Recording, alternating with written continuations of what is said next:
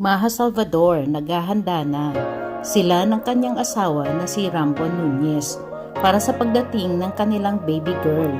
Ipinakita ni Maha sa kanyang Instagram account na namimili sila sa Urban Essentials ng mga gamit para sa baby. Halos kompleto na daw sila ng kailangan nila para sa baby at excited na sila na makita ang kanilang little one. Gustuhan daw ni Maha ang Urban Essentials Philippines kasi halos lahat daw ng kailangan nila na gamit ay meron sila. Halos kompleto daw lahat. For you, Maha, congratulations and best wishes.